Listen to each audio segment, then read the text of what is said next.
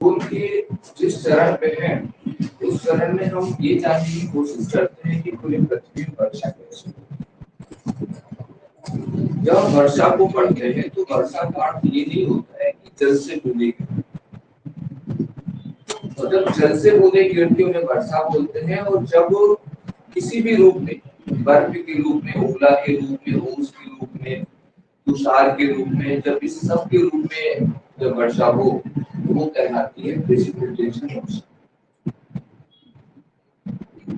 आजकल जो एग्जाम का जो ट्रेंड है वो ये ज्यादा पूछा जाता है कि वर्षा कैसे होती है, उसी को बोलते हैं मैकेनिज्म ऑफ द रेनफॉल, वर्षा की क्रियाविधि। ये हमने लास्ट में बताया, लिखा रखा होगा।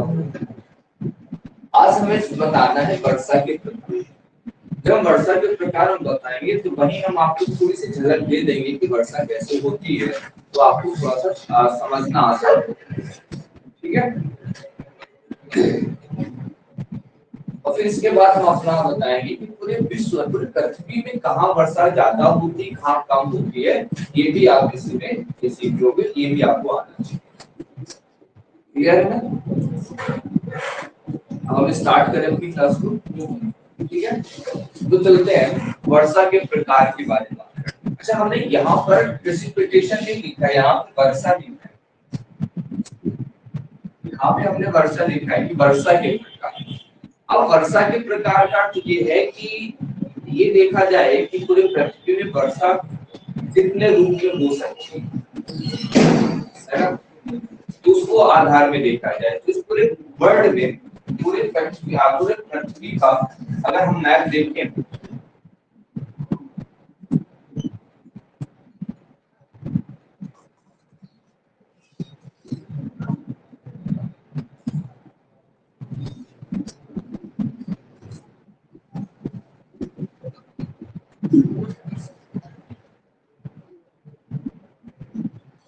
अगर आप मैप देखोगे, इस पूरे मैप को अगर ध्यान से देखोगे तो आपको कहीं कहीं ना कहीं बड़े बड़े पर्वत, जैसे भारत के संदर्भ में देखा जाए, बड़े बड़े पर्वत, तटीय मैदान, ठीक है ना, और फिर मैदान।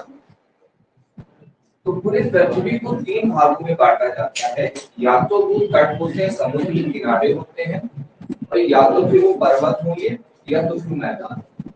अब इन तीनों में वर्षा अलग अलग तरह की, इसीलिए वर्षा के प्रकार बने तीन। जैसे कि कानपुर, क्या कानपुर में कोई पर्वत है? क्या किसी समुद्र का किनारा है? वर्षा होती है?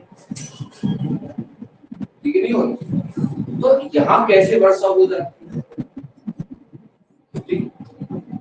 दुनिया की क्यों, दुनिया का कोई भी मैदान, किसी भी प्रकार का उसका एक फील्ड हो, रीजन हो, वहां पे संवहनी वर्षा हो। क्या याद रखना है? संवहनी। पूरी दुनिया के कितने, किसी भी प्रकार के मैदान हो, कितने भी प्रकार के मैदान हो, किसी प्रकार हो, जैसे वनस्पति हो, चाहे घास का मैदान हो, चाहे कृषि का मैदान हो, किसी प्रकार का मैदान, वहां संवहनी वर्षा। और जैसे हिमालय है, जैसे हमारे यहाँ हिमालय है, तो आप कश्मीर से लेकर के आप अरुणाचल प्रदेश तक किसी भी क्षेत्र में जाओगे, सब पर्वतीय वर्षा होती है। और हर वर्षा का अपना एक अपना रूप होता है। तटीय क्षेत्र, तटीय क्षेत्र में वर्षा कैसे होती है? जैसे कि अभी इसी वर्ष आपने सुना होगा कि गुजरात में साइक्लोन आया, चक्रवात आया। इधर उड़ीसा में, और क्या कहते हैं, आंध्र प्रदेश, नहीं, उड़ीसा में और पश्चिम बंगाल में आए साइक्लोन बना, तो यहाँ पे वर्षा। तो इस तरह से तीन तरह की वर्षा, दुनिया में तीन तरह के ही क्षेत्र हैं, इस तरह से है, तो तीन तरह की वर्षा होती है। क्लियर है ना? अब हम एक एक वर्षा के बारे में चर्चा करेंगे कि वो वर्षा कौन सी है और किस तरह से वर्षा होती है। या इतना दिमाग माइंडसेट काम कर रहे हैं, तो चलते हैं संवहनी वर्षा के बारे में। संवहनी वर्षा, ठीक है। तो वर्षा के प्रकार निर्धारित होते हैं पृथ्वी के क्षेत्र के आधार पर, पर्वतीय हो गए या मैदानी हो गए, तटीय हो, इसी के आधार पर वर्षा होती है। जब गुजरात में साइक्लोन आता है तो कानपुर में वर्षा नहीं होती, बादल वर्षा नहीं होती। तो चलते हैं सबसे पहले समैली वर्षा करते कि दुनिया के जितने मैदान है वहां पे करता है। मान लीजिएगा कि हम कानपुर में हैं, ये हमारा कानपुर शहर है। कानपुर शहर में बड़ी बड़ी बिल्डिंग, छोटे छोटे मैदान, 20 में शेड, कितना होगा और एक बिल्डिंग का, अगर नहीं है कोई दिक्कत, एक छोटा सा आइडिया है कानपुर। पर कानपुर में आपने ये भी देखा होगा कि कानपुर में वर्षा जो होती है वो बरसात में कब होती है, बरसात में। तो समैली वर्षा हमेशा बरसात में होती है। वो कैसे होती है ध्यान दीजिएगा। समैली वर्षा का मतलब होता है कि जब भी हवा ऊपर उठने लगे, हवा क्या करने लगे, एक हवा की और ऊपर उठने लगे, छोटा सा बोला था हवा का और उठ करके ऊपर आ गया। समैली का मतलब होता है समैली धाराएं हैं, और समैली धाराएं इस तरह से होती है कि जैसे जब हम चाय बॉईल करते हैं, जब जो भी है आप वाटर बॉईल करते हो तो एक ऐसे धाराएं उठती है, यहाँ से छोटे छोटे बुलबुले जाएंगे तो नीचे आएंगे फिर ऊपर जाते हैं, ऐसे बॉयल आ रहा है, उबाल आ रहा है ना। तो ये समैली धाराएं, तो समैली धाराएं ऐसी होती है कि जब हवा ऊपर उठने लगे, क्या होने लगे, जब भी हवा पृथ्वी के ऊपर उठेगी क्या होगी, मानसून आश्रित हो जाएगा और क्या होगा, वर्षा। क्लियर है ना। तो उठना, यहाँ पे हवा का ऊपर उठना, uplifting of the air mass is a very important for the conventional. तो कन्वेंशनल करंट मतलब हो गया समैली धारा, और समैली धाराएं का मतलब होगा कि जब हवा लगातार ऊपर उठती है, जब हवा ऊपर उठ रही होती है तो उसी समय बादल बनना चाहिए, और बादल बनेगा, बादल बनने से इस क्रिया में आ जाएगा। इस क्रिया में क्या होता है, बादल में क्या होता है, जैसे ही बादल बनेगा, एक बादल बड़ा सा बादल बनता है, जैसे ही बादल, तो ये बादल के अंदर एक समैली धारा चलाता है, उससे क्या होता है बादल में, ये जो जल की बूंद है ऊपर जाएगी, वहां पे ठोस होकर फिर नीचे आती है। जब इतना मात्रा बढ़ जाए ठोस की, यहाँ पे जल की बहुत ज्यादा मात्रा हो जाए और यहाँ की मात्रा कम हो जाए, तो उसकी ग्रेविटी की वजह से बूंदें क्या होती है, नीचे ऊपर। क्लियर है। तो बस यही है यहाँ पे वर्षा, इसी को बोलते हैं समैली। ठीक है ना। फटाफट अपनी कॉपी में समैली वर्षा के बारे में लिख दिया जाए।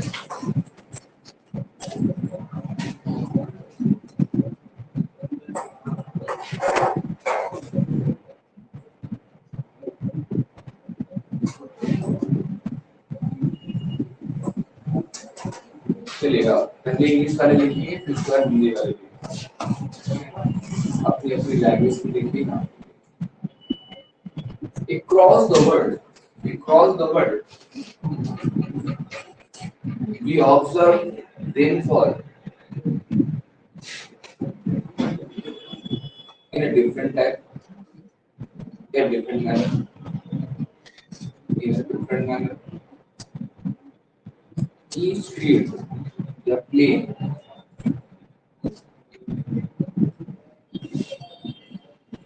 observe conventional rainfall.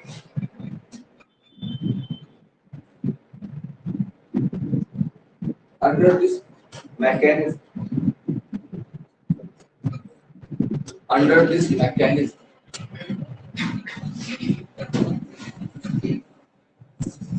a conventional current is going on inside of the cloud. Conventional current is going on inside of the cloud.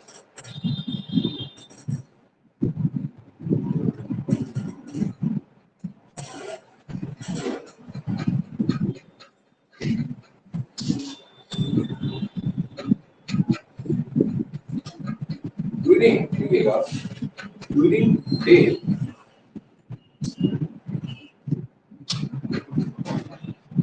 due to heatness of the atmosphere,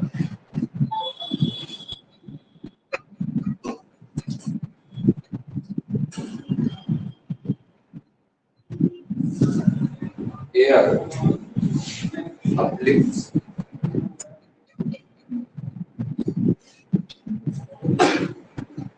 as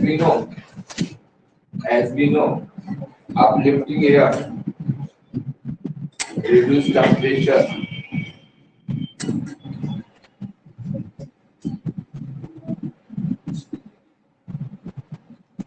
at the rate of the normal lab state. At the rate of the normal lab state. Reducing this temperature. Yeah, reducing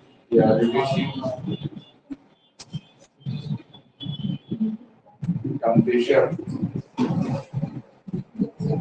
become the cause of the proper rainfall. So the condensing current. So the condensing current.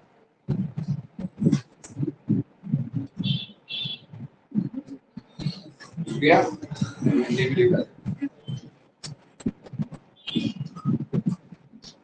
English से कहाँ से शुरुआत की है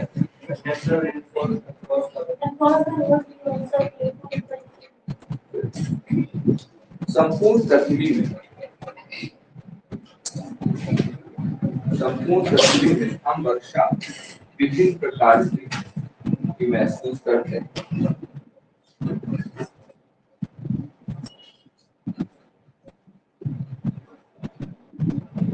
विभिन्न प्रकार की वर्षा महसूस करते हैं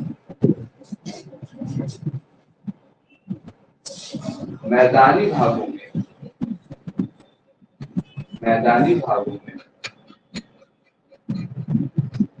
वर्षा संवहनी प्रकार की होती है हाँ मैदानी वर्षा संवहनी प्रकार की होती है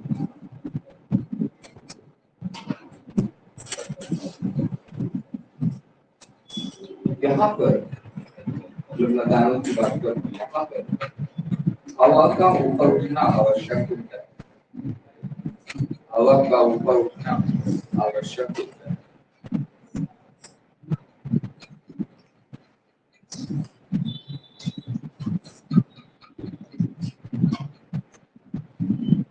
आवश्यक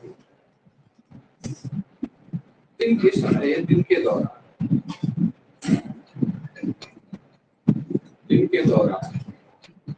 अधिक ऊष्मा के कारण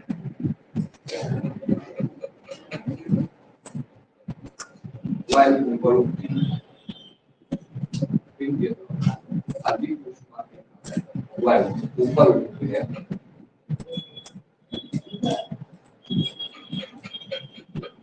इन उठती हुई हवाओं में वायु लेती है इन उठती हुई वायु उठती हुई वायु में संवहनी धाराओं का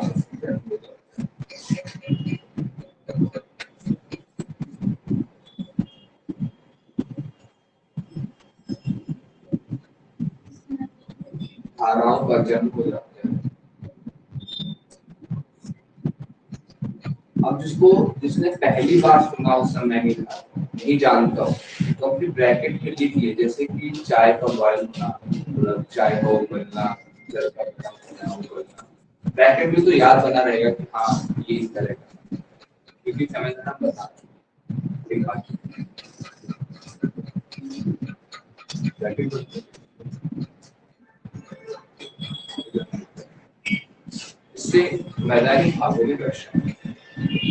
इससे मैदानी भागों में वर्षा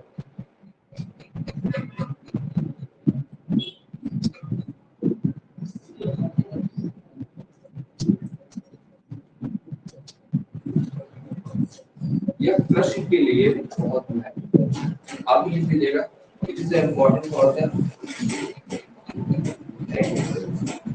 आगे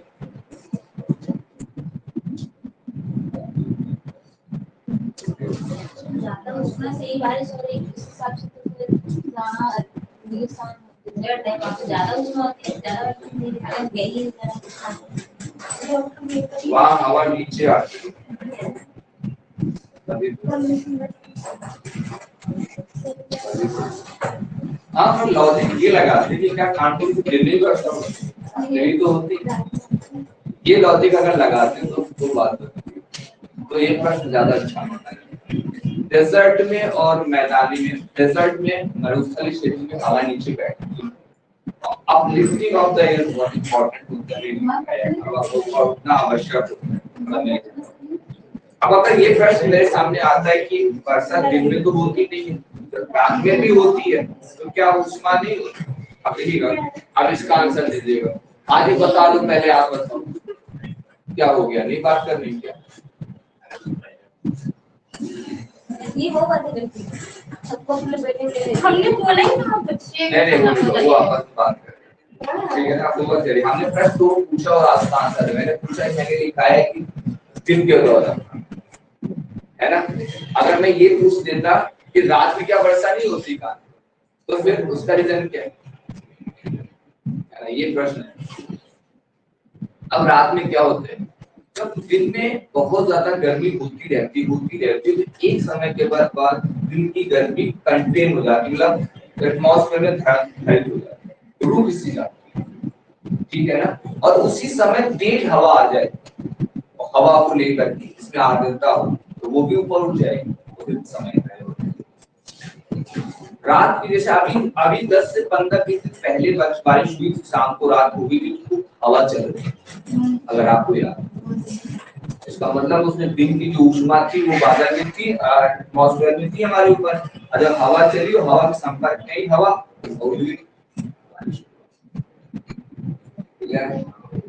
और रात को अक्सर देखना बिजली कड़कना ये सजा हो जाता है, क्योंकि इस समय हम बहुत स्पीड से दौड़ रहे थे, हवा का होना उसमें ज्यादा होता है। कभी कभी ऐसा होता है कि सर्दियों में ऐसा होता है कि बरसता ही चला जा रहा है, 24 घंटे से बरस रहा है, रुकने का नाम नहीं ले रहा, भगवान के नाम पुकारे जा रहे हैं, है ना? ये भी होता है। पर ये एक ऐसी अवस्था होती कि बहुत बड़ा बादल आ चुका होता है और पूरे कानपुर को छा लेता है, तो दिन भर धूप नहीं निकलती, धूप निकलने की संभावना खत्म, वो बादल आ चुका, और उस बादल की जितनी आर्द्रता जब तक निकल नहीं जाएगी तब तक वो बादल इसलिए वो बारिश होती है। उसमें किसी का नहीं, इंद्रदेव का दोष होता है ना, किसी का दोष नहीं होता, वो बादल ही पड़ा है ना? और वो जब तक अपनी पूरी आर्द्रता नहीं निकाल देगा तब तक वो ऐसा बादल बना है, ठीक है? चलेगा। अब बात करते हैं पर्वतीय। देखिए पर्वतीय बारिश में जो आज का जो पूछा जाएगा, जो संभावना है वो पूछा जाएगा क्लाउड बस्टिंग के बारे में, बादल का प्रपुष्पन होना, जो मीडिया शब्द से आती है बादल का फटना। जो बादल का फटना सही शब्द नहीं है, उसका शुद्ध शब्द होता है बादल का प्रपुष्पन होता है, ठीक है ना? तो ये ज्यादा इंपॉर्टेंट है कि भाई अब उत्तराखंड में, हिमाचल प्रदेश में हर साल न्यूज़ आती है बादल फटे, है ना? तो उसको जल्दी ज्यादा अच्छा में जानना है, ठीक है ना? तो अब बात करते हैं ओरोग्राफी की बात करते हैं। ओरोग्राफी पर्वतीय वर्षा के बारे में आपने जानेगा कि पर्वतीय वर्षा क्या है।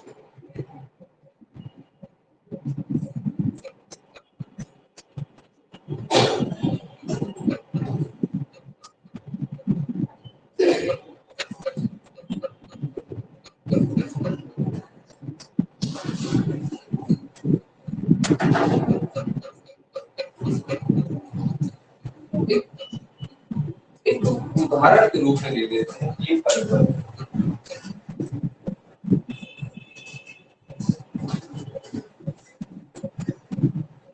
एक उदाहरण के रूप में लिया जाए तीन पर्वत, ठीक है? अब पर्वत में वर्षा कैसे होती है पहले ये जानते हैं कि पर्वत में ऐसा क्या होता है कि यहाँ पे ज्यादा बारिश होती है, बादल छाए रहते हैं। अब पर्वत में क्या होता है कि पूरे जैसे कि भारत को ही देखा जाए, भारत में यहाँ पर अरब सी है और इसको बे ऑफ बंगाल बोलते हैं, अरब सी को हिंदी में बोलते हैं सागर, ये अरब सागर है और बंगाल की खाड़ी। अभी यहाँ से हवा चलती और जाकर के इस वाले पर्वतीय क्षेत्रों में जाकर के रुक जाती है। बादल पर्वत एक अवरोध का काम करते हैं। क्या करते हैं? अवरोध का काम करते हैं। क्लियर है ना? अवरोध में क्या हो गया? बैरियर का क्या हुआ कि उसने क्या की आती हुई हवा, समुद्री हवाओं को उसने रोक दिया। ठीक, क्या हो गया? समुद्री हवा जैसी रुक जाती है, जैसे यहाँ पर हवा आई रुकने लगी, तो लंबे समय तक बहुत बड़ी मात्रा में हवा रुकती है। ठीक है, रुकते रुकते रुकते रुकते रुकते बहुत बड़ी मात्रा में यहाँ पे हवा या वायु या बादल के रूप में रुकने लगे। अब अगर हवा और उठ जाए तो ये पर्वत के सहारे ऊपर उठने लगे। कैसे उठने लगेगी? लेकिन पर्वत के सहारे उठने के लिए हवा का या इस तरह का गर्म होना आवश्यक है ना। अब इस तरह की हवा दो तरह से ये जानते हैं कैसे? पूरे के पूरे हिमालय में, पूरे के पूरे हिमालय के क्षेत्र में तिब्बत एक पठार का क्षेत्र आता है, और जब मई जून का समय होता है तो तिब्बत बिल्कुल चट्टान, क्या है? चट्टान। और चट्टान इतनी गर्म हो जाती है जैसे कि हम अपने घरों के सामने, जैसे हमारे घर में गेट लगा हो लोहे का और धूप रोज आती हो, और मई जून की धूप हो तो बिल्कुल गर्म हो जाता है, छूने से जलन सी महसूस होती है कड़क हीटनेस से। तो ऐसे ही वो चट्टानों से बना वो चट्टान बिल्कुल गर्म हो जाता, तप्त हो जाता है। अगर आप नंगे पैर उसमें रख दो तो सर पर फूले पड़ जाए, इतना गर्म हो जाता है। तो इस तरह से जब गर्म होता है तो गर्म जैसे सरफेस होती तो ऊपर वाली हवा को उठना भारी, तो यहाँ पर एक हमेशा के लिए क्या बन जाता है? Low pressure. क्या बनेगा? एक लो प्रेशर बनेगा पूरे के पूरे तिब्बत के क्षेत्र में।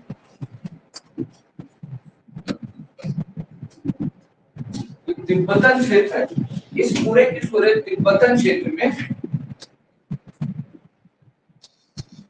क्या करेगा कि एक बहुत हाई लेवल का इसमें low pressure,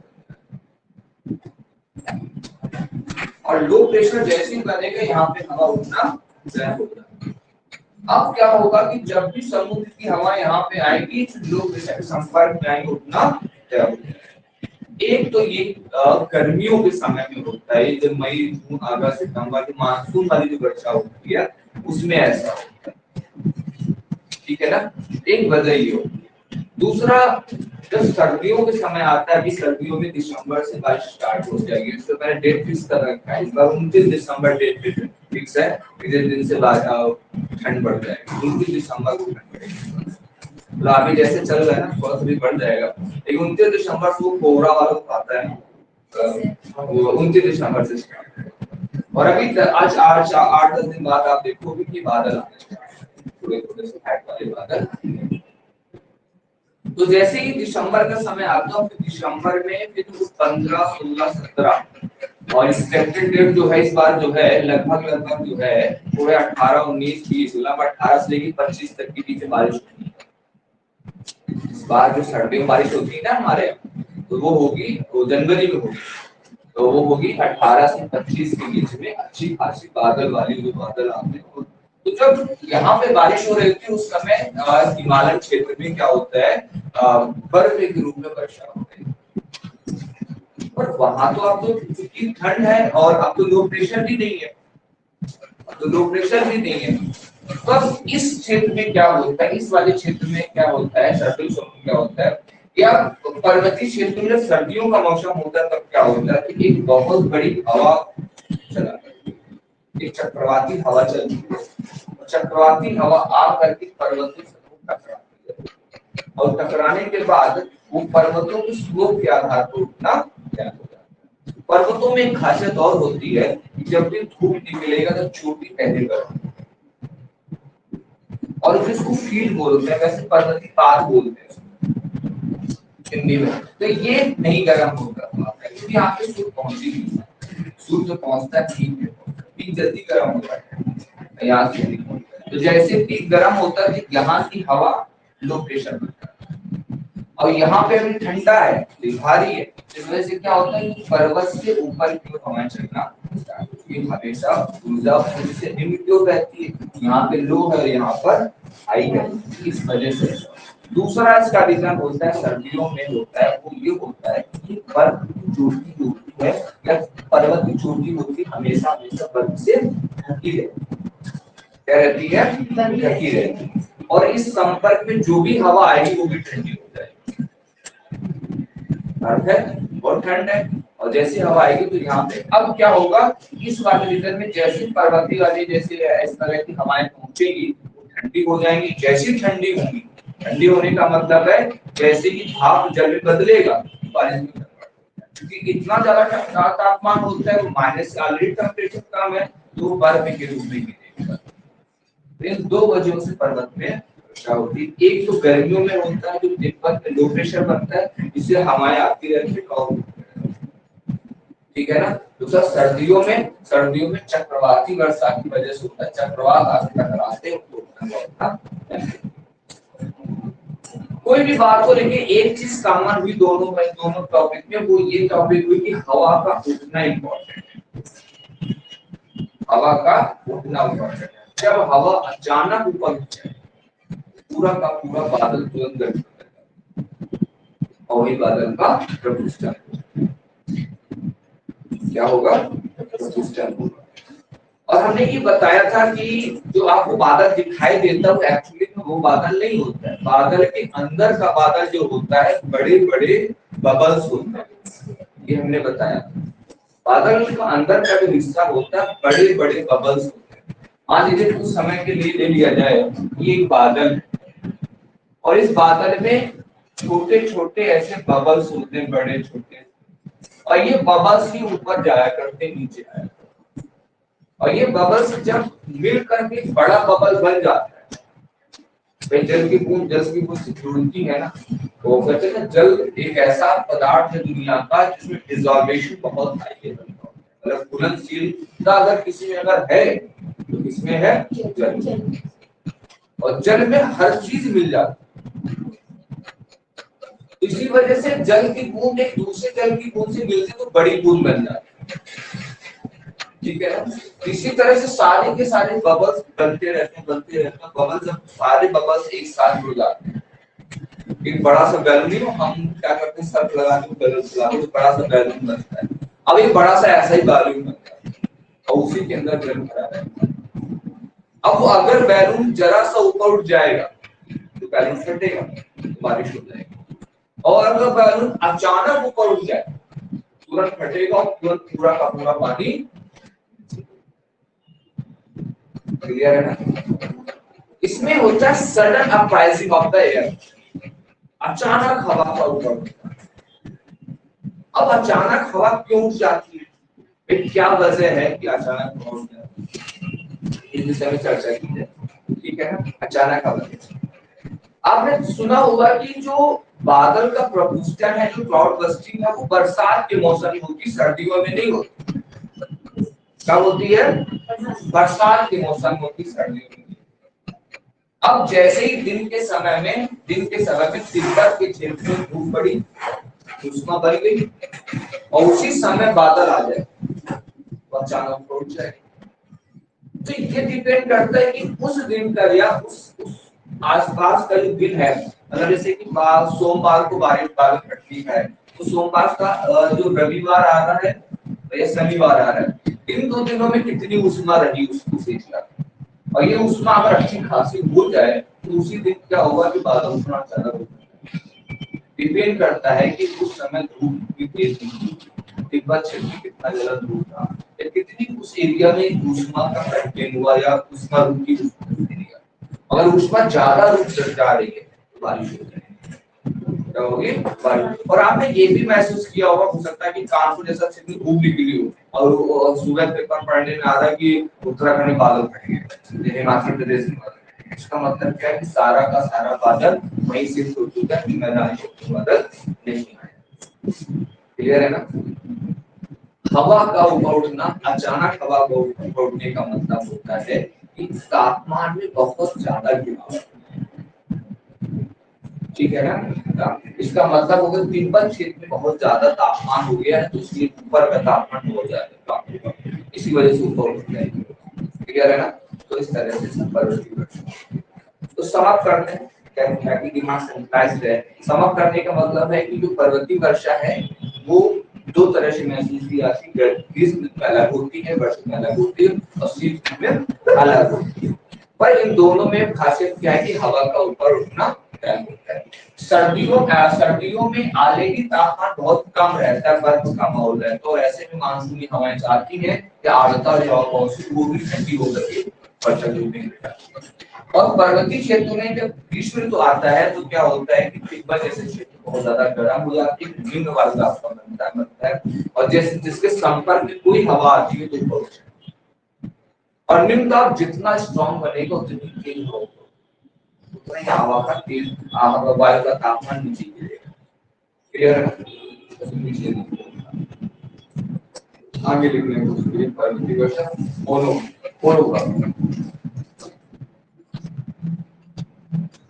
When air uplifts in the support of the mountain, in a support of the mountain,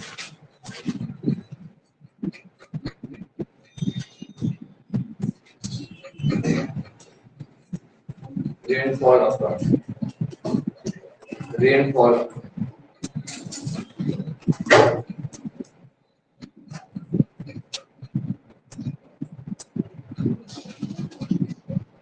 Rainfall.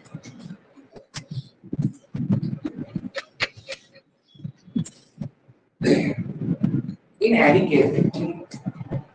any cases like winter and summer, the common thing is uplifting of the air. The common thing is uplifting of the air.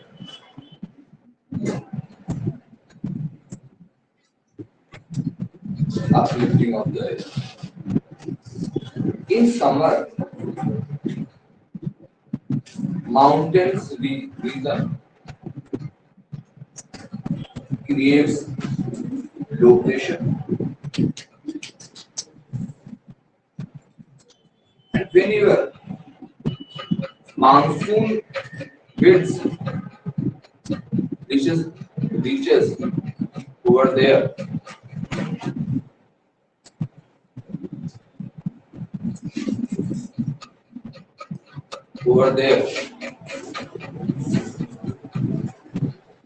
due to low pressure,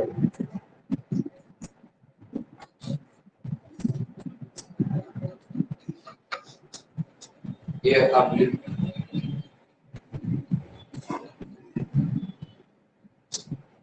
and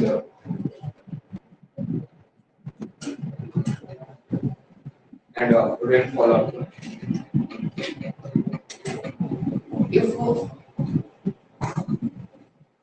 If monsoon occurs, rainfall occurs, if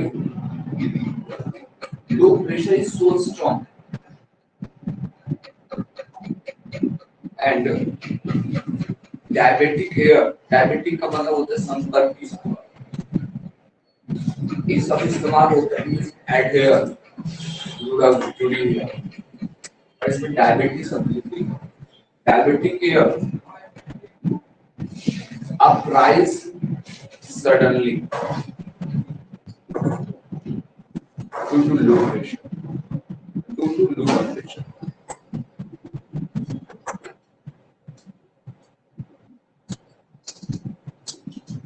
and a natural phenomena of cloud busting up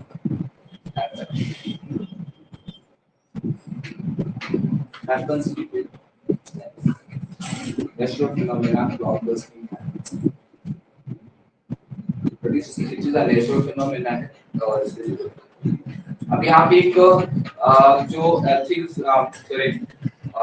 third paper होता है जो mains का, चाहे IAS का हो या PCS का हो, थर्ड पेपर उसमें मैनेजमेंट आता है।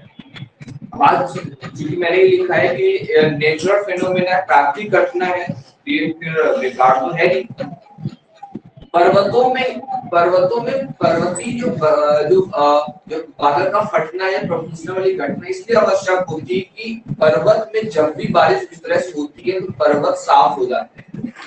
इतनी तेज हवा जब जब जल बहता है ना तो पर्वत की अशुद्धियां जो उसमें आई हैं वो बह जाती है और इसलिए पर्वतीय क्षेत्रों में इस तरह की वर्षा होना आवश्यक होती है। नहीं तो पर्वतों में आग लगने की संभावना बहुत ज्यादा होती है ग्रीष्म।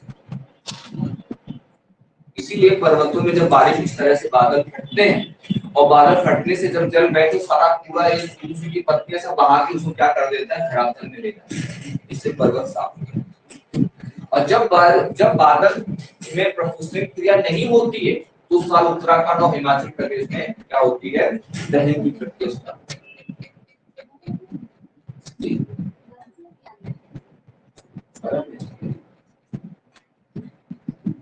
तो इस तरह से घटना आवश्यक है। तो मैनेजमेंट जब आप कोर्स लिखे वहां पर तो इस बात का ध्यान रखें कि बादल प्रदूषण एक प्राकृतिक घटना है तो इसका होना आवश्यक है।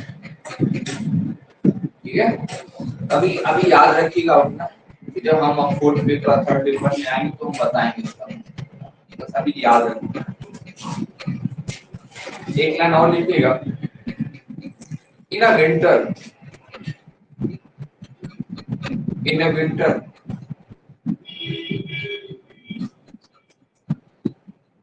rainfall cause of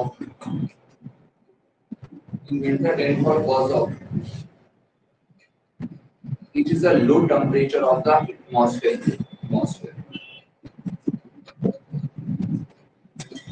it is a low temperature of the atmosphere। मान लीजिए कि एक एरिया बहुत गर्म है, ठीक है ना, और यहाँ से हवा चल रही इस वाले एरिया में चल रही है, ये ऑलरेडी बर्फ का क्षेत्र है। तो जैसे हवा इधर संपर्क में आएगी ठंडी होगी और जैसे ठंडी होगी तो क्या होने की, बर्फ बनेगी। अगर आर्द्रता बहुत ज्यादा हो गई तो बादल बहुत देर तक घूम सकते, ग्रेविटी की वजह से बर्फ पूरी की पूरी गिर जाएगी। क्लियर है? एक चीज और इसमें ऐड की जा सकती है, साइंस की बात है। बर्फ की खासियत, अगर की खासियत होती है तो वो जमता है तो उसका आयतन बढ़ जाता है ना। इस वजह से और बड़ी वजह बन जाती है कि बादल से तुरंत बर्फ गिरना कि आयतन बढ़ जाता है। तो आयतन बढ़ने का मतलब हो गया कि उसका एरिया बढ़ गया। अब बादल ज्यादा देर तक एरिया नहीं फैला सकता है ना। वो एक ऐसे ही है कि हमने हाथ से रेत पकड़ने की कोशिश की, जिससे आप ताकत लगाओगे गिरना स्टार्ट करते। ऐसे बादल वो सिकुड़ने की कोशिश कर रहे हैं लेकिन बर्फ है भाई, बर्फ का क्षेत्र ज्यादा हो गया, सिकुड़ने को गिर जाएगा। क्लियर है ना। और आपने देखा होगा कि जब बर्फ गिरती है तो थोड़ी बहुत नहीं गिरती है, वो पूरे के पूरे मैदान में बर्फ ही बर्फ हो जाती है ना। आपने अगर आप सब देख लिया हो तो बस इतना ही। अभी ये से लिखा जाए इंग्लिश में, सॉरी, पर्वतीय घटना। जब हवा ये वायु लिखेगा, जब वायु पर्वत के सहारे उठती है, जब वायु पर्वत के सहारे उठती है तो पर्वतीय हवा पर्वतीय वर्षा होती है। पर्वतीय वर्षा होती है।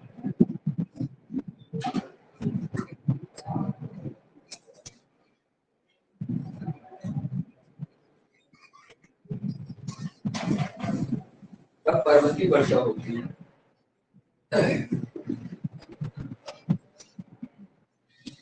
ग्रीष्म या शीत ऋतु में दोनों ही स्थितियों में, शीत ऋतु या ग्रीष्म दोनों ही स्थितियों में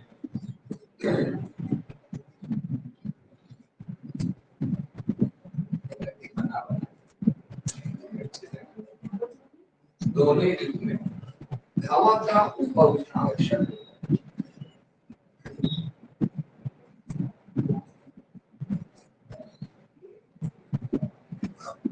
हवा का ऊपर उठना आवश्यक है।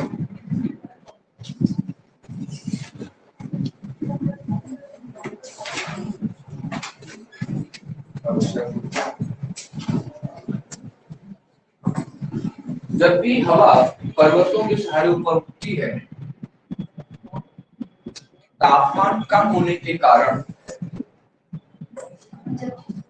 जब भी हवा पर्वतों के सहारे ऊपर उठती है तो तापमान कम होने के कारण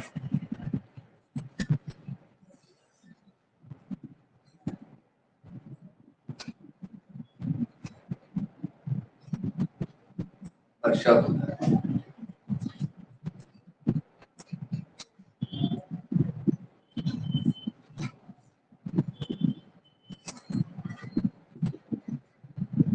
हिमालय क्षेत्र लिख लीजिएगा, हिमालय क्षेत्र ग्रीष्म ऋतु में, हिमालय क्षेत्र ग्रीष्म ऋतु में तिब्बत के आसपास, हिमालय क्षेत्र में ग्रीष्म ऋतु में तिब्बत के आसपास क्षेत्र में निम्न वायुदाब का निर्माण होता है।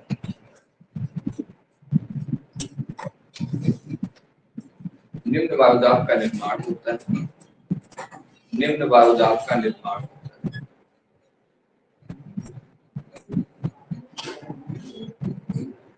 निम्न वायुदाब का निर्माण होता है,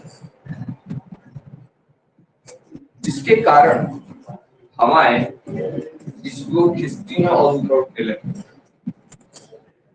जिसके कारण हवाएं इसकी ओर खींचती हैं, इसकी ओर मतलब है निम्न वायुदाब की ओर। जिसके कारण हवाएं इसकी ओर खींचती हैं और ऊपर उठती हैं, खींचती हैं और ऊपर उठती हैं, और वर्षा की संभावना बढ़ जाती है। अब वर्षा होने की संभावना बढ़ जाती है।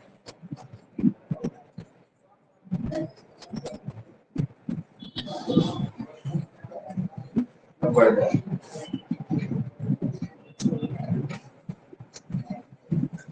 जब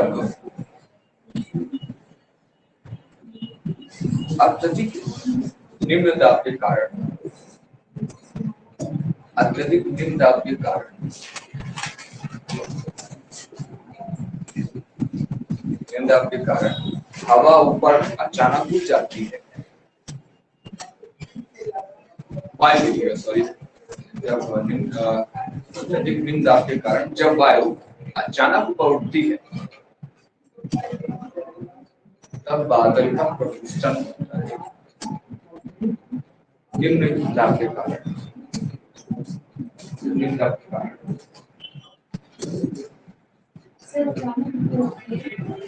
तब बादल का प्रदूषण, तब बादल का प्रदूषण होता है। तब बादल का प्रदूषण होता है।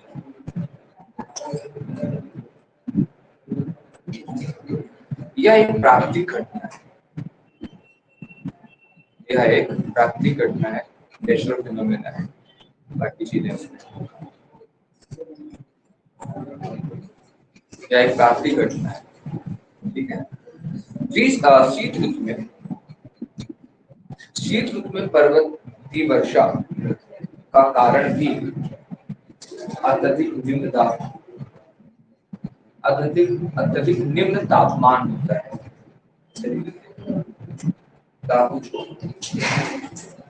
अत्यधिक निम्न तापमान होता है।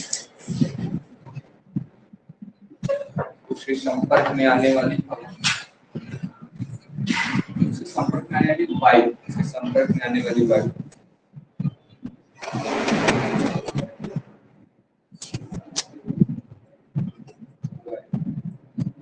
तुरंत कारण होता है कि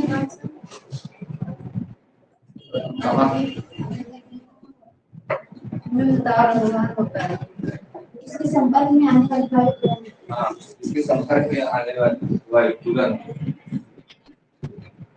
बर्फ में परिवर्तित हो जाती है। बर्फ में परिवर्तित हो जाती है।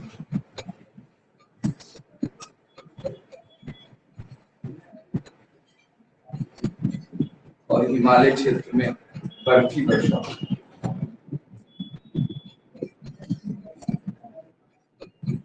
हिमालय से कहाँ है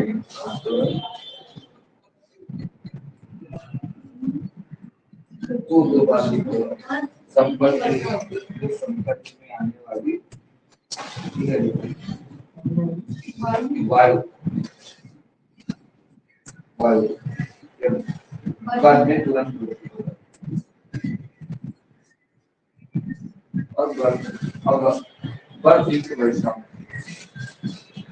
इसी से जुड़ा हुआ एक फिनोमेना है ध्यान से देखो बड़ा जल्दी से राइटिंग बनाने के चक्कर में दोनों दोनों कंपटीशन कर रहे हैं हमारी राइटिंग इससे अच्छी बनेगी कैसे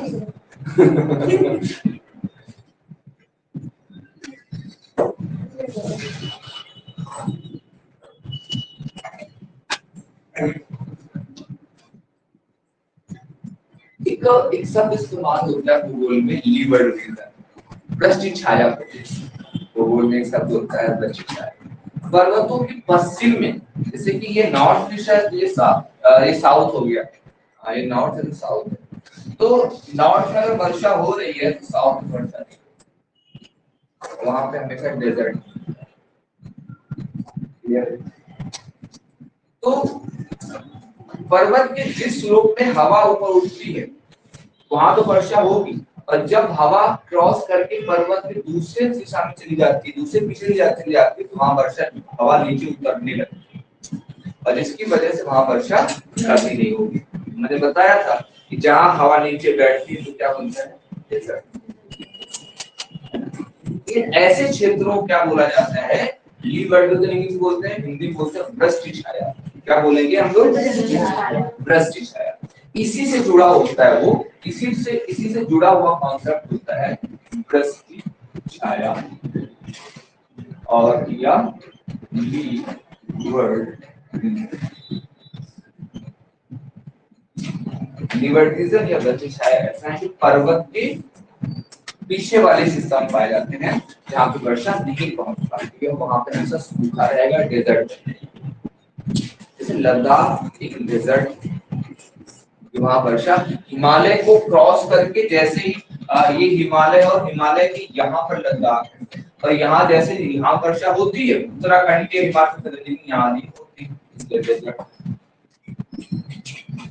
वेस्टर्न घाट अगर भारत का ये हिस्सा है और वेस्टर्न घाट बारिश हो जाती है जैसे ही कर्नाटक की स्थिति में पहुंचते हैं तो वहां भी वर्षा नहीं होती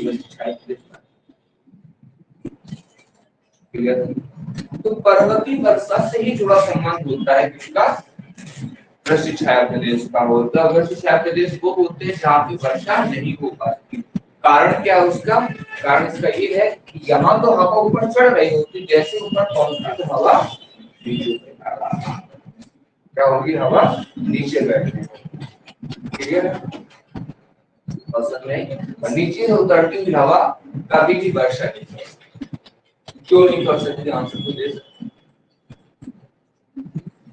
पुराने विद्यार्थी होता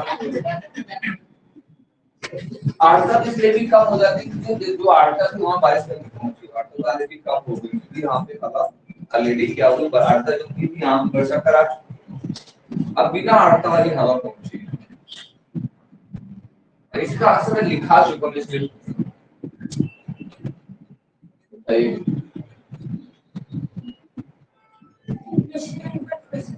प्रश्न ये है उतरती हुई हवा क्यों वर्षा नहीं कर ऐसा क्या होता है हवा ऊपर से नीचे उतर रही है आपको पता है जैसे हम बोलेंगे ये लोड हो गया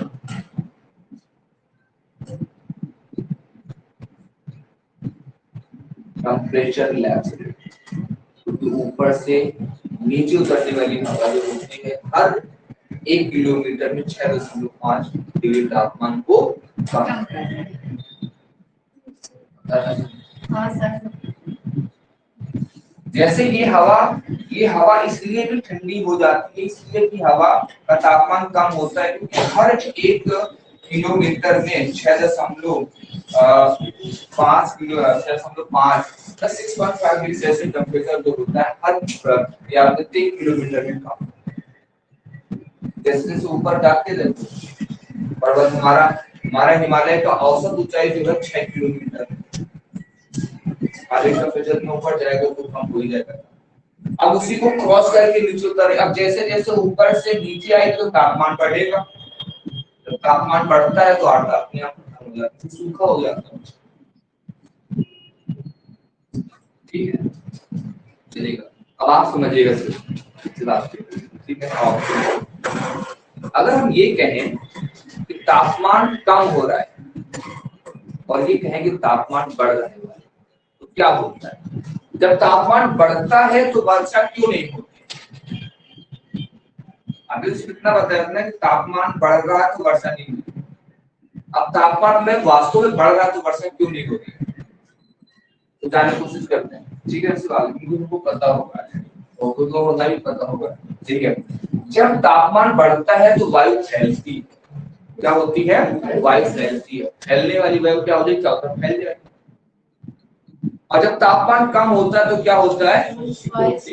हमें ठंड लगती है तो क्या होता है? तो चले जा रहे हैं। अब सर्दी आ रही, सब लोग सुबह उठने सबको दिक्कत क्यों हो रही है? जब तक रजाई में आनंद ले रहे हैं सब लोग, है ना? और जैसे जैसे गर्मी, अब गर्मी आती तो गर्मी झगड़े ज्यादा होते हैं। क्यों? टेम्परेचर की वजह से। और सर्दी में हाथ जेब से हाथ ही नहीं निकाला मुंह लड़ेगा, है ना? तो सिर्फ जब तापमान बढ़ेगा तो वायु फैल जाएगी और तापमान जब घटेगा तो वायु सिकुड़ जाएगी। सिकुड़ने से सारी आर्द्रता एक जगह आ जाएंगी और सब जुड़ जाएंगे और जल बना लेंगे। और फैलने से क्या होगी? आर्द्रता फैल जाएंगी, थोड़ी बहुत आर्द्रता होती फैल जाती है, सिर्फ सिकुड़ नहीं पाती, सिंक नहीं करती, इसलिए एक बड़ी बूंद बन नहीं पाती। क्लियर है ना?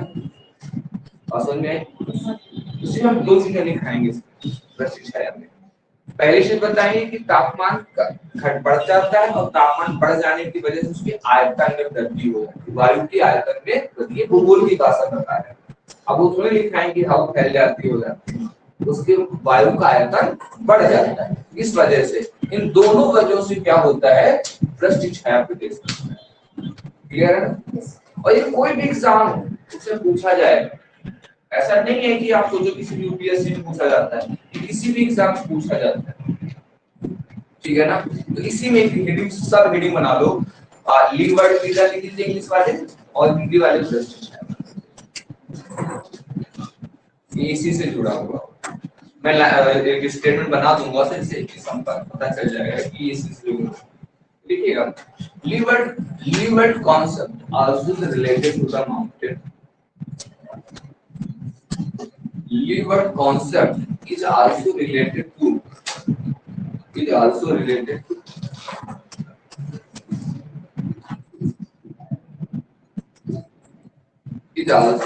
अच्छा आल्सो शब्द देखो, ये तो नाम के साथ लगाएंगे, ज्यादा ग्रामर नहीं आता, बट ये पता है कि नाम पहले आते हैं तो सबसे लास्ट में हो जाते हैं। ठीक है ना? अब ब्रेक कर रहे हैं, अब तो ग्रामर नहीं आती, पर हम जो बोलेंगे तो मुझे बोलेगा पता चल जाता है कि हाँ तो इंग्लिश मीडियम में ज्यादा ग्रामर का ध्यान नहीं दिया जाता तो रहना है।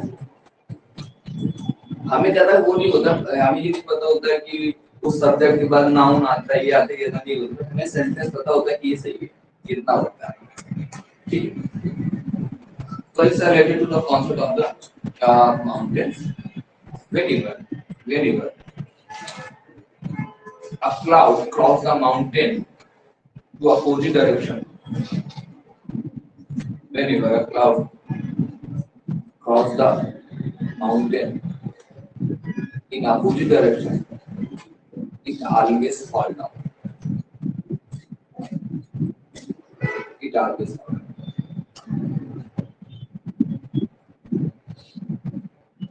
Falling air, the wire, falling air due to the normal lapse rate temperature gains the temperature. Gain कर लीजिए, gain temperature.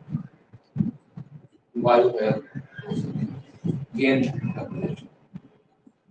And due to temperature, ये cause of the temperature लिखेंगे, because of the temperature, air is spread. The value increase in both conditions. Rainfall is not suitable.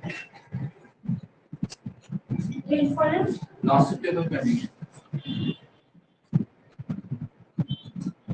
and it is called as a this region called as a river region. Hindi में आएगा दक्षिण छाया प्रदेश पर्वतों से संबंधित है दक्षिण छाया प्रदेश पर्वतों से संबंधित है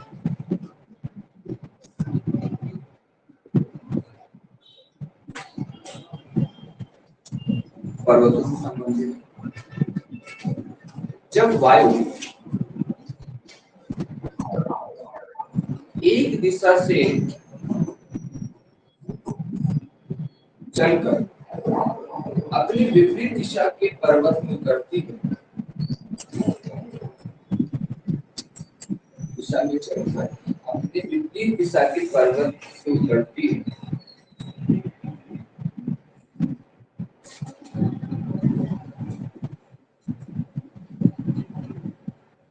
तब वायु समान ताप हास दर के कारण गर्म हो जाती है तब वायु समान ताप हास दर समान ताप हास दर normal temperature lapse normal lapse of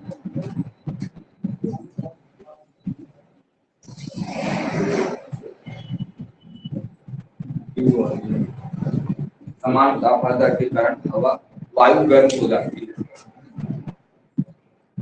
वायु गर्म हो जाती है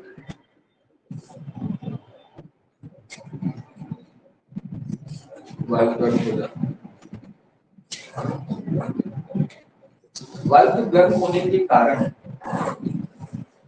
वायु के गर्म होने के कारण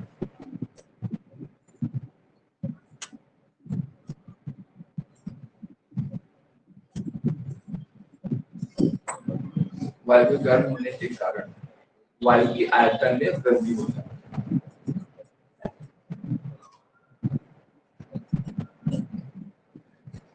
तापमान का बढ़ना वायु के आयतन में वृद्धि हो जाती है तापमान में वृद्धि वायु के तापमान में वृद्धि और आयतन में वृद्धि वायु के तापमान में वृद्धि और आयतन में वृद्धि दोनों ही स्थितियां वर्षा को हतोत्साहित करती है हतोत्साहित वर्षा को हतोत्साहित हतोत्साहित मतलब होता है तो डिक्रीज करते हैं आज बना नहीं लिखा है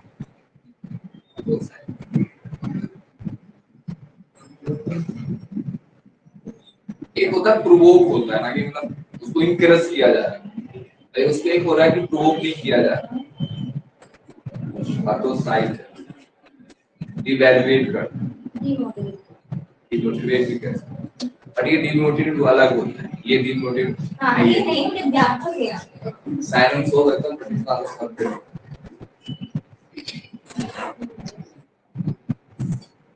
ठीक है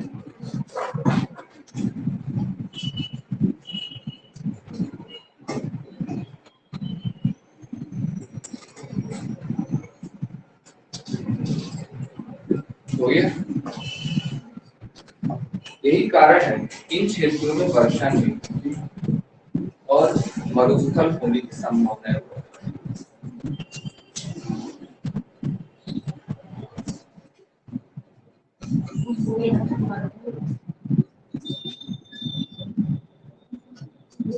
यही कारण इन क्षेत्रों में वर्षा नहीं होती और मरुस्थल होने की संभावना है तो नहीं कि मरुस्थल हो जाए कर्नाटक में क्षेत्र में मरुस्थल नहीं बना लेकिन वर्षा नहीं होती चट्टानी क्षेत्र बन जाता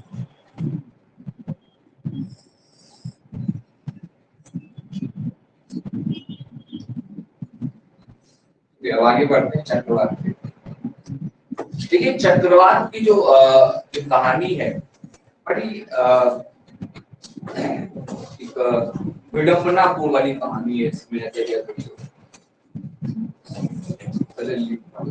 अभी चक्रवाती हेडी डालनी नहीं थी, सुन लो जब बोलते तब डाला। चलिए अब सुनिएगा पहले। चक्रवात एक ऐसी फिनोमिना, एक ऐसी क्रिया है, प्रकृति क्रिया है कि अब तक रिसर्च हो रहा है। अब तक ऊर्जा सिद्ध नहीं हो पाया है कि चक्रवात कैसे। वी आर वेरी क्लोज, हम बहुत नजदीक पहुंच चुके हैं। उसकी कुछ दशाओं को जान चुके कि जब ये दशाएं तैयार हो जाती हैं तब ऐसा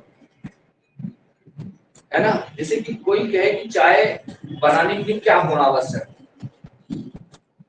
कोई बता सकता है? भाई चाय ये अगर हो तो चाय बन जाएगी।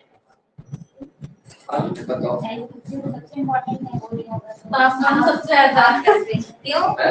आग का टेम्परेचर कोल्ड टी नहीं होती है, कोल्ड कॉफी होती है। बनाओगे टी तभी तो उसको कोल्ड करोगे। रसायन क्या हो सकती है? रसायन बहुत इम्पोर्टेंट है कि सब कुछ इम्पोर्टेंट है। चाय बना रहे हो तो आग का होना बहुत इम्पोर्टेंट है।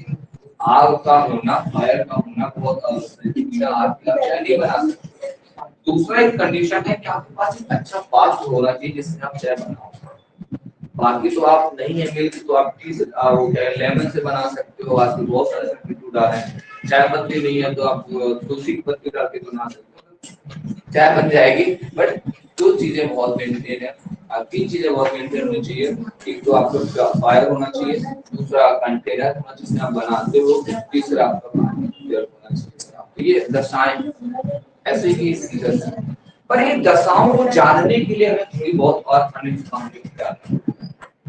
इसलिए चक्रवात एक अपने आप में चैप्टर बन जाता है, ठीक है ना। चक्रवात अपने आप में एक चैप्टर बनता है जिसको हम एक चैप्टर के रूप में, एक नए चैप्टर के रूप में पढ़ेंगे, ठीक है ना।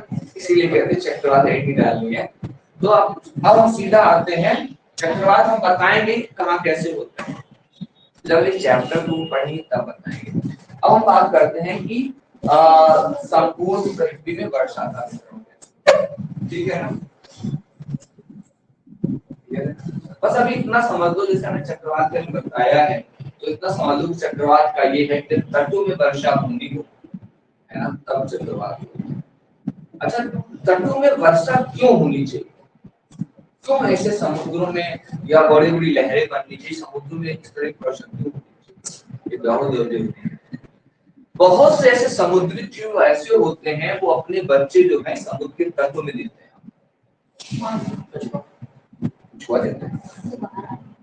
है ना। अब जब वो उनको देने होते हैं तो उसके लिए तट साफ होना चाहिए। तो चक्रवात तट को साफ करते हैं। तट क्या करते हैं, जब समुद्रों में इस तरह की जब हलचल होती है तो क्या होते हैं, समुद्र की जो भी अशुद्धियां डालते हैं बाहर फेंक देते हैं और समुद्र तटों को साफ भी कर देते हैं और अवसादी मतलब ऐसे उपजाऊ मैदान का तैयार कर देते हैं। जैसे गंगा जब जब बाढ़ आती है, बाढ़ तो चली गई, लोग खेती कर लेते, तो खेती कर क्योंकि उपजाऊ मिट्टी ऊपर छाप दी जाती है। जैसे समुद्र भी कुछ छाप सकते हैं, भी छाप सकते हैं, उपजाऊ।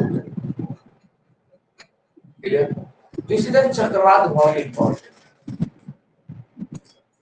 इसको एक ये भी मैनेजमेंट में आता है, इसको लेकिन एक चैप्टर जो पढ़ना चाहिए। दो चक्रवात दो तरह का होता है, एक होता है उष्णकटिबंधीय, एक होता है समशीतोष्णकटिबंधीय। उन दोनों को समझने के कारण अलग अलग होते हैं और इसके लिए हमें अलग चैप्टर जाना, ठीक है ना। इसको अलग चैप्टर हम आगे पढ़ेंगे।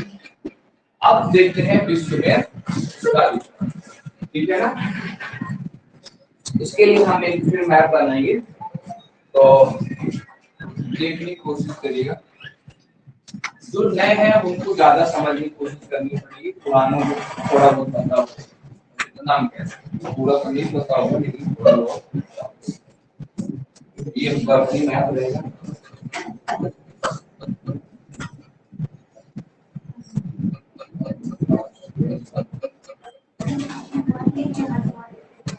अब ध्यान देने की कोशिश करें।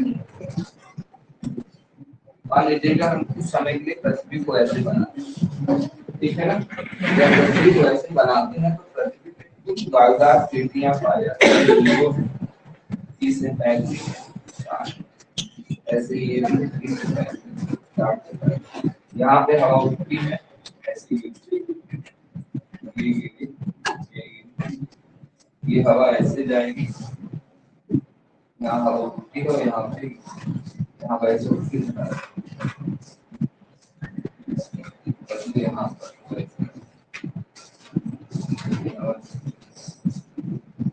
हमारी पृथ्वी में निश्चित दशाएं होती हैं जिसमें वायुदाब एयर प्रेशर बढ़, जहां जहां हवा गिर रही है, इस बात को ध्यान देना, जहां जहां हवा गिर रही है वहीं पे हवा हाई प्रेशर, जहां हवा ऊपर उठती है लो और ये हाई।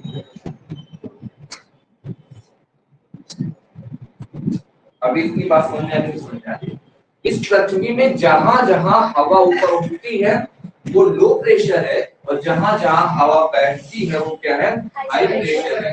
इसीलिए जहां जहां लो प्रेशर है वहीं वर्षा होगा, सॉरी जहां जहां लो प्रेशर वहीं पर वर्षा।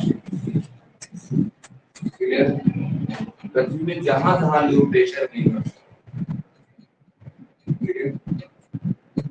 तो आपने देखा कि सिर्फ 1 2 3 ऐसे क्षेत्र हैं जहां पे लो प्रेशर, ठीक है, बाकी और कहीं ऐसे क्षेत्र नहीं है जहां पर हाई प्रेशर। क्लियर, इसका मतलब पूरी पृथ्वी में यही वो क्षेत्र है जहां वर्षा होती है। क्लियर, अब इसको इस मैप में देखो, अगर 0 डिग्री की रेखा को देखा जाए इस मैप में तो ये ऐसे जाएगा,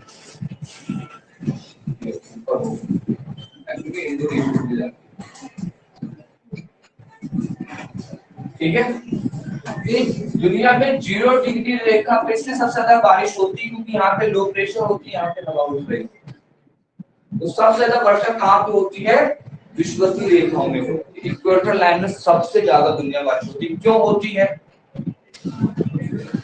अगर आप ध्यान से मैप को देखो तो सबसे ज्यादा बॉडी का जो ओशन बॉडी है सबसे ज्यादा यहाँ पे, कॉन्टिनेंट यहाँ पर, यहाँ पर, बाकी क्या पूरा का पूरा समुद्र। अब सूर्य किरणें गिरेंगे भाप बनेगा, भाप जितना ज्यादा भाप बनेगा उतनी ज्यादा बारिश बनेगी। क्लियर, लॉजिक समझ आ रहा है आप? इसलिए इस मैप को जानना बहुत जरूरी है। इस मैप का अप्लाइड हिस्सा ये है, अनुप्रयोग हिस्सा ये है। इस वाले हिस्से में हमने ये तय कर दिया कि 0 डिग्री वो है जहाँ पे हवा ऊपर उठती है, तो हवा उठने का कारण है कि यहाँ पे लो प्रेशर है, और लो प्रेशर है क्योंकि बहुत बड़ा समुद्र है यहाँ पर, दुनिया में सबसे ज्यादा बारिश नहीं। आपको सुनकर जान के आश्चर्य होगा, अगर मैं शब्द इस्तेमाल करते हैं, यहाँ पे जो बारिश होती है वो होती लगभग 600-700 सेंटीमीटर की वर्षा होती है। कानपुर जो वर्षा होती है वो मैक्सिमम 150 सेंटीमीटर की वर्षा होती है। बता मतलब जब वहां बारिश होती है तो ऐसा लगता है कि तालाब बह रहे हैं, इतनी बारिश। और रोज होती है 2:30 से और 3 के बीच में रोज बारिश, दिन के समय 2:30 से 3 के बीच में रोज बारिश, इतनी बारिश रोज। और इस क्षेत्र में दुनिया के सबसे बड़े बड़े पेड़ पाए जाते हैं। अब वहां पे इतने बड़े बड़े पेड़ पाए इसलिए तो बड़े बड़े जानवर पाए जाते हैं, अनाकोंडा जैसे पाए जाते हैं। यहाँ पे स्नेक कितने बड़े बड़े होते हैं, हमारे यहाँ स्नेक कितना बड़ा हो सकता है, तो यहाँ से उधर बाहर बहुत रेयर केसेस। और जो अनाकोंडा इस बिल्डिंग से यहाँ से लेके उस पार, अनाकोंडा देखेंगे आदमी को ऐसे खा लेते टॉफी भी खा लेते है ना। तो इस तरह की चीज है। यहाँ की स्थिति ये होती है कि कभी भी धूप पृथ्वी के तल पे नहीं आ पाती, हमेशा अंधेरा छाया। तो इतने बड़े बड़े वृक्ष होते हैं, जीवन में कभी ये वृक्ष मरते नहीं, हमेशा हरे भरे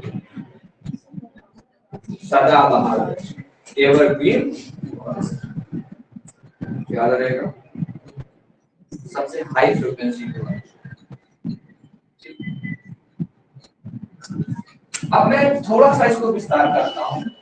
यहाँ से जैसे जैसे इस ऊपर में जाओगे 30 से 35 का 30 से 35 वाला हिस्सा डिग्री है, चांस है। जैसे जैसे 0 से 30 से 35 के बीच में आप जाते हो तो दुनिया के सारे डेजर्ट मिलेंगे। क्या मिलेंगे? डेजर्ट। तो यहाँ सबसे कम वर्षा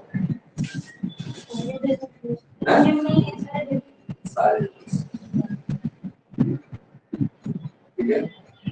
तो इस दुनिया की सबसे कम बारिश कहाँ हो रही है? 30 से 35 के बीच। क्लियर? बात सुनते हैं। तो सबसे ज्यादा बारिश होती है हमारे 0 से 30 के बीच में। जैसे ही 30 और 35 के बीच में जाते हो बारिश सबसे कम हो जाती है, दुनिया में वर्षा नहीं होने वाला क्षेत्र। फिर आते इस वाले वर्षा होती है। अब ये वाला क्षेत्र दो तरह का होता है, या तो बर्फ में वर्षा होगी या तो जल के ऊपर वर्षा। लेकिन यहाँ पर कहानी ज्यादा क्या है, ज्यादा समुद्र बहुत बड़ा कॉन्टिनेंट, बहुत बड़ा कॉन्टिनेंट। दक्षिणी गोलार्ध में तो खुला मिल जाता है, 60 से 35 जो रीजन आता है वो 60 से 65 वाला इस वाले क्षेत्र में, मतलब 45 से लेकर के मैक्सिमम 60 तक, 35 से लेकर के मैक्सिमम 65 तक का क्षेत्र होता है, यहाँ पे बारिश होती है। लेकिन यहाँ पे बारिश कभी बहुत तेज बारिश नहीं हो सकती क्योंकि जल की मात्रा कम है और कॉन्टिनेंट यहाँ पर, ठीक है ना। और फिर ऊपर जाते हो हाई प्रेशर मिलता है, वर्षा होने की संभावना ही नहीं।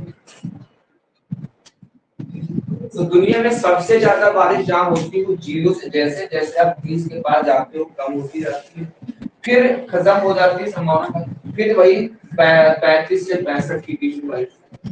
लेकिन इसकी तुलना में यहाँ बारिश, ठीक है।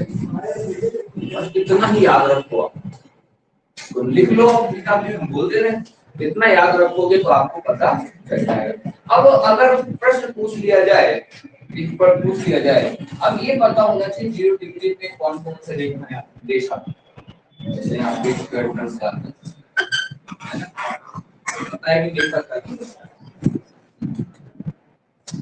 ब्राजील है, गैबन है, कांगो है, केन्या है, इंडोनेशिया, ये देशों के नाम है जहाँ से ये 0 डिग्री तो बेसिक होता है और आप समय पे सीख रहोगे। तो भाई हाँ, आप जैसे जो नए हैं वो ये वाला जरूर बना दें, वो तो नहीं, तब तक हिंदी इंग्लिश का लिखना स्टार्ट कीजिए, फिर आप बना लो उसको, संकोच मत किया वो बनाया आज इसका बनाया तो ना बनाया, हाँ तो फिर जो चलिए इंग्लिश का लिखना स्टार्ट करें। Distribution of the rainfall across the world, heading की, अरे नहीं बना तो बना दो, कोई जो बड़ा ऐसा बना ठीक। सर ये क्लास हमने 3-4 दिन लगाई थी इसकी, वो अच्छा वो एयर वाले ने बताया हुआ है। चलिए आगे लिखना है, इस वाली में स्टार्ट करें।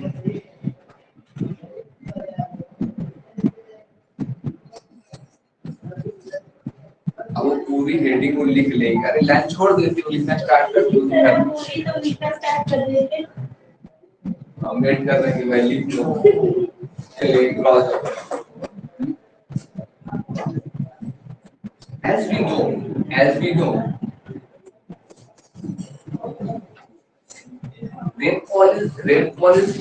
rainfall depends on the uplifting of the air,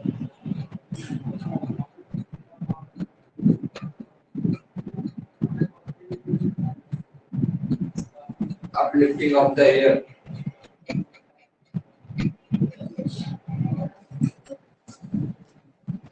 across the globe, across the globe.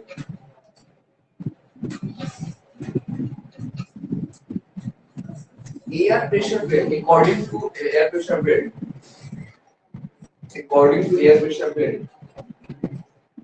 there are the two prominent areas.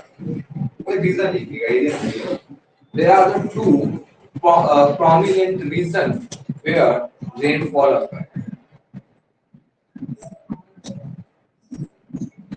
Such region regions are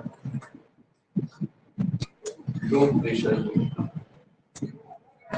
Low pressure.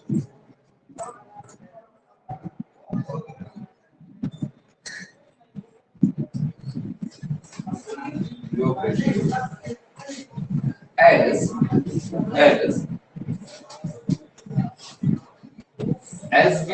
as we go 0 degree to 90 degree latitude, rainfall capacity reduces. Rainfall capacity reduce.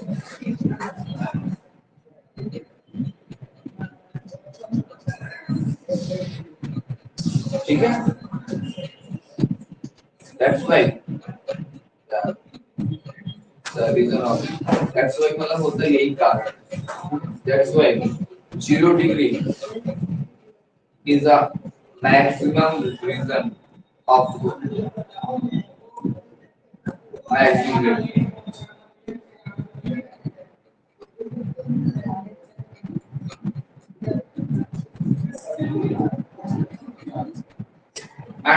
And here and of 40 or 35 to 65 million is also the reason of the rainfall, but in compare with the list.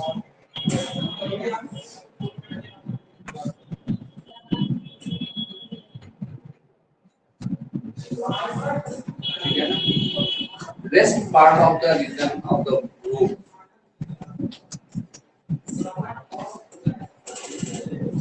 face lack of the rainfall. Lack of the शब्द होता है कमी से, अभाव की बात करते हैं, ये होते हैं अभाव. और ऐसा नहीं है कि कभी कभी अभाव का मतलब होता है कि अभाव का मतलब होता है कि मेरे जेब में जरूरत मुझे दौड़ता है, मेरे जेब में पैसे कम है, ये अभाव की बात है. इस बात में पर ऐसा नहीं है कि कभी कभी अभाव में नीड हो जाती है. कभी कभी ऐसा होता है कि राजस्थान में बारिश हो जाती है, बट इन रेयर केसेस तो कोई चीज ऐसी नहीं कि प्योर शुद्ध हो के नहीं है, ऐसा होता ही ऐसा कभी कभी इसमें मिक्स हो जाता है, इसलिए अब हिंदी में लिखा है इतना बहुत करे आप. संपूर्ण पृथ्वी में वर्षा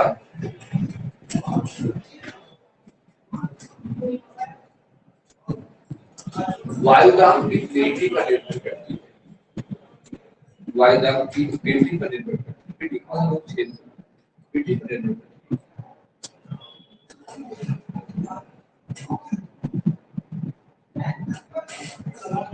वायुदाब की स्थिति पर निर्भर करती है. जब वायुदाब निम्न होता है वर्षा को प्रोत्साहित करता है. जब निम्न होता है तो वर्षा को प्रोत्साहित करता है.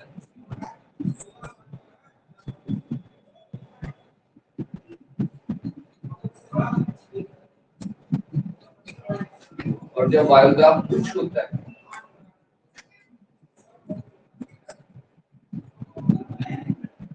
वर्षा को हतोत्साहित करता है.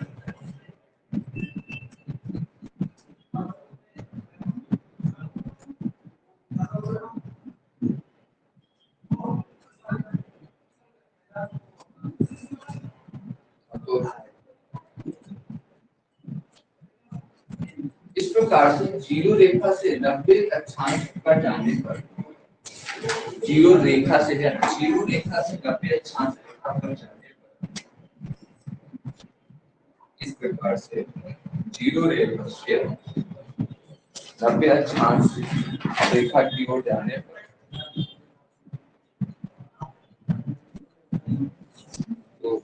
पर वर्षा की मात्रा कम होती जाती है. वर्षा की मात्रा कम होती जाती है.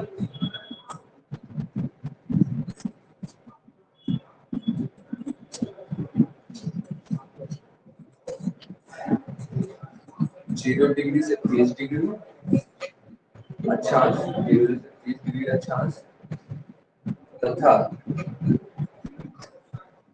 35 डिग्री से 65 डिग्री अक्षांश 30 डिग्री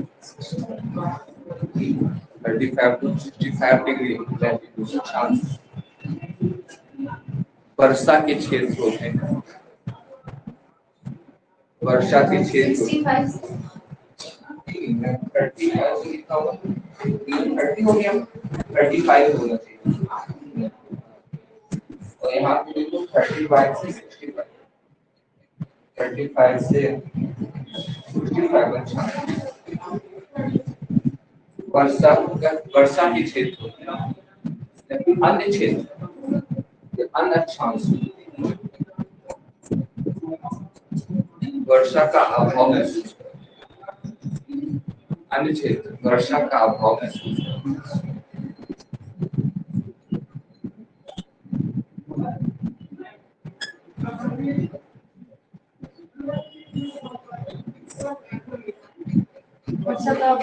महसूस करो। अगर ये प्रश्न पूछा जाए, ठीक है ना, आपका नाम क्या है? रंजना। ये आप बताएं, अगर ये पूछा जाए कि जीरो रेखा में ऐसा क्या होता है कि वर्षा सबसे ज्यादा होती है, क्या आंसर है? एक बात तो हुई, ठीक, दूसरा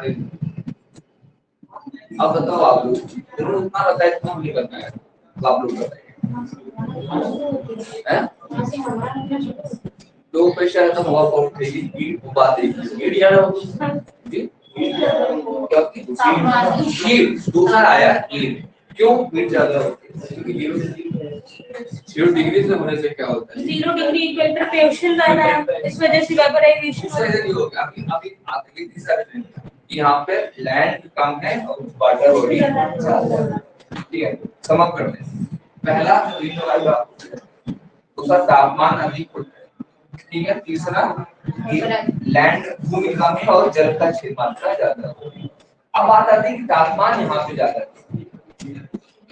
ठीक है। सही, इनको को आंसर देना चाहिए। उसकी वजह क्या है, यहाँ पे क्यों होता है? क्योंकि यहाँ पर सूर्य की किरणें लंबवत होती है। लंबवत का अर्थ होता है कि सूर्य की लंबवत मतलब जैसे सूर्य जैसे दोपहर 12 बजे होता है, मतलब धूप कब ज्यादा लगती है? 12 बजे, क्योंकि सूर्य बिल्कुल हमारे सर के ऊपर, सूर्य किरण बिल्कुल 90 डिग्री बनाती है। इस वजह से हमारे यहाँ इन 3 कारणों की वजह से यहाँ वर्षा ज्यादा होती है। ठीक है, तो फटाफट कॉज लिख लेते हैं। कॉज क्या है? अब मैं जो मैं बोल रहा हूँ सुन लीजिएगा, मैं क्या बोलने जा रहा हूँ, मैं बोलूंगा निम्न वायुदाब, उच्च तापमान और जल की मात्रा अधिक होने के कारण विषुवत रेखा में या जीवन रेखा पे अत्यधिक वर्षा, ठीक है ना। अब यही फैक्टर हर जगह लागू होगा, जहां वर्षा कम ना होती तो वहां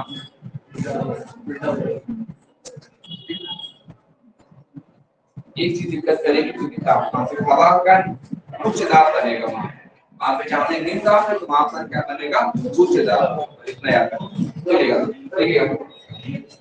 low pressure, low pressure cause of लिख रहे हो, लो कॉज ऑफ लिख रहे हो ना, low pressure cause of the rainfall, cause of the maximum rainfall होगा, cause of maximum rainfall is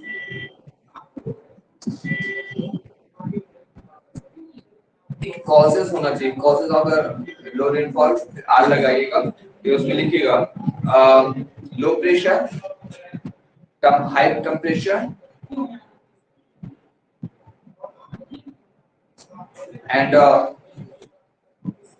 and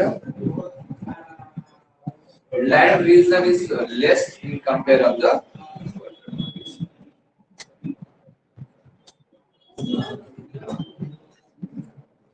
ठीक है।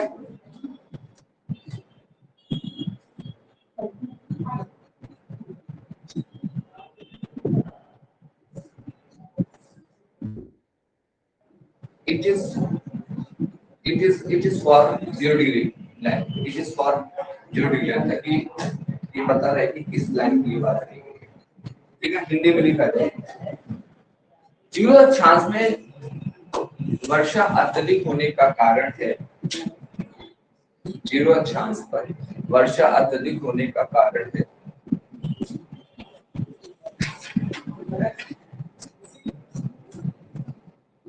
वर्षा का जीरो चांस है। वर्षा का अत्यधिक होने का कारण है, क्या क्या कारण है? निम्न वायुदाब, उच्च तापमान।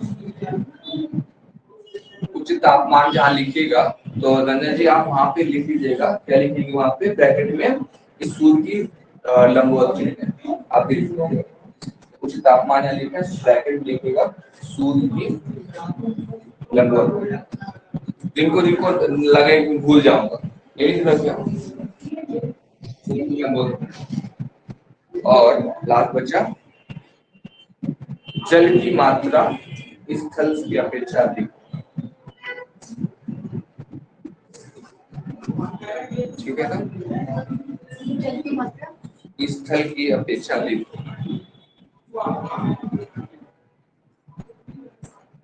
हो गया? तो ये तापमान वितरण हो गया।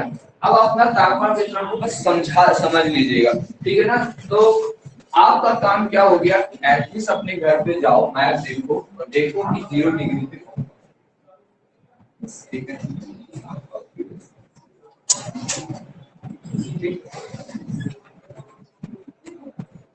एक पॉइंट और बताना रह गया। पॉइंट ये, जैसे जैसे पर्वत के पीछे की ओर जाते हैं तो क्या होता है? वर्षा कम होती जाती है, ठीक है ना? अब मान लीजिए केरल में वर्षा ज्यादा क्यों? हर महीने केरल वर्षा होती है क्योंकि जैसे कि पर्वत की हवा चलती है, जैसे ही हवा चलती है तो यहाँ पे केरल में वेस्टर्न घाट पाया जाता है, पश्चिमी घाट टाइप पर्वतीय क्षेत्र पाया जाता है, इसीलिए केरल में ज्यादा वर्षा। और जैसे ही केरल के बाद हम पीछे आगे मतलब पीछे बढ़ते हैं, वर्षा कम होती है, ठीक है ना? जैसे कि हिमालय में ही जगह आपने सुना होगा कि चेरापुंजी में ज्यादा वर्षा होता है, तो वहां से नाम होगा क्यों वर्षा ज्यादा होती है? क्योंकि यहाँ से हवा चली पर्वतों में से, पर्वतों के पीछे से निकली गुजरता है। एक लाइन और लिखनी, लास्ट लाइन आपको लिखनी, as we cross the mountain to the land, yeah, mountain to backside of the mountain,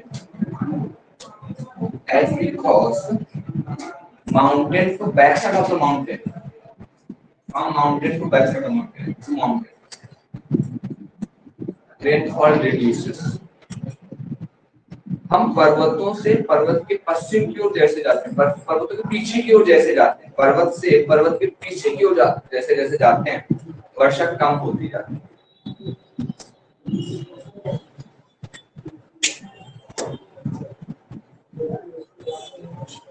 वर्षा कम होती जाती है।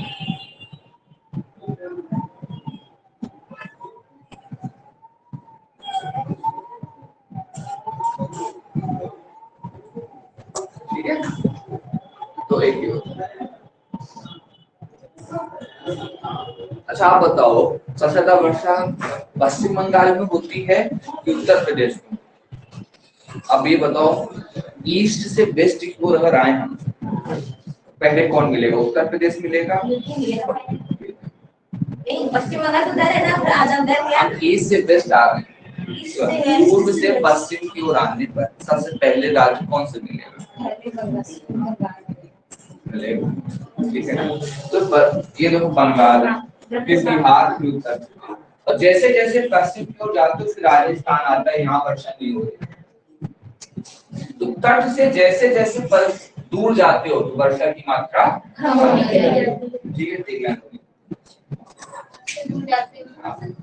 तट को ऑफशोर भी बोलते हैं, एसबी को ऑफशोर का। तट से दूर जाने पर वर्षा की मात्रा कम होती है, as we go away from the coast rainfall reduces. ठीक है ना? ये चैप्टर का पूरा हो गया। मैंने सिर्फ कॉन्सेप्ट लिखाया है कि बस ये तीन चीजें अगर याद हैं आपको, तीन चीजें, 0 डिग्री वर्षा क्यों ज्यादा होती है, पर्वतों के पीछे वाली बात, और तट से पीछे जाने जाने, तो आप कोई भी आंसर आएगा आप आंसर निकाल दो, ये मेरी बात है, ठीक है ना? कल जो हमारी क्लास होगी